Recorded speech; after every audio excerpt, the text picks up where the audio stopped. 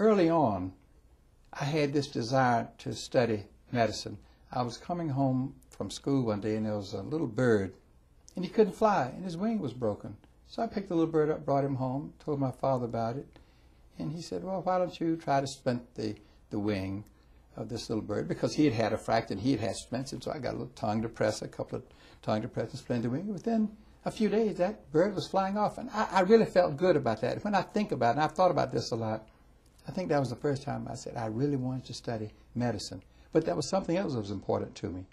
My godmother, Mrs. Annie Kent Stevens, was the wife of the one black physician in Quincy, Florida. And when I mentioned medicine, he said, oh, well, you've got to study medicine. Dr. Stevens would tell me, this is something you've got to do. And he was a graduate of Meharry, 1904 from Meharry.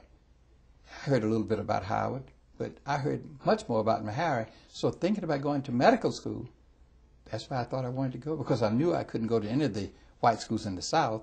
And very few in the North really accepted black students, except those who maybe had gone to undergraduate school in one of those northern schools.